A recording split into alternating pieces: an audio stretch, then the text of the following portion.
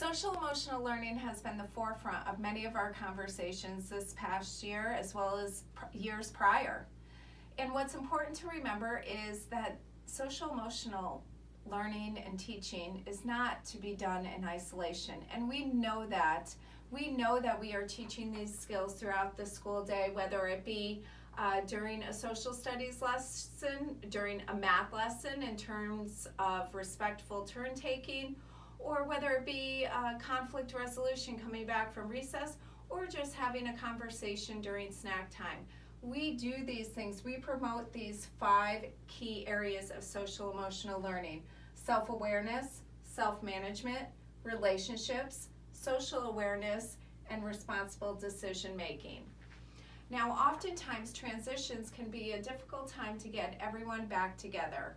And from my years in kindergarten, I did learn one key thing my very first year, that raising your voice doesn't necessarily make the children pay attention to you or what is going to be done next. So I actually used a drum when it was transition time, and I was always consistent with my transitions so that when they heard the sound of the drum, they knew, okay, it's time to listen because the next direction is coming and there will be a change. It's very powerful to employ 1 or 2 key ways to get your students' attention in the classroom. Raising your hand is actually very powerful because it hits all of your learners in your classroom. The kinesthetic learners, who are also raising their hand and having some movement there. Our visual learners, who look around and see, oh, my friend's hands are up, it must be something important happening next. And the auditory learners, because as people are slowly raising their hand, the noise level in the classroom goes down. And it hits upon all of these key components: self-awareness of, okay, I've got to get myself in check now, and I know something is happening. The teacher will be talking or telling us a new direction. Self-management, actually controlling themselves and saying, okay, it's time that I close up my own talking and pay attention to the next direction or what the teacher is saying.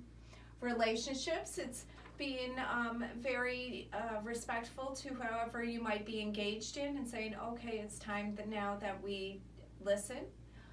Social awareness, once again, being aware of the whole group and being respectful of the group, that friends next to you need to listen and hear what's going on as well. And responsible decision making.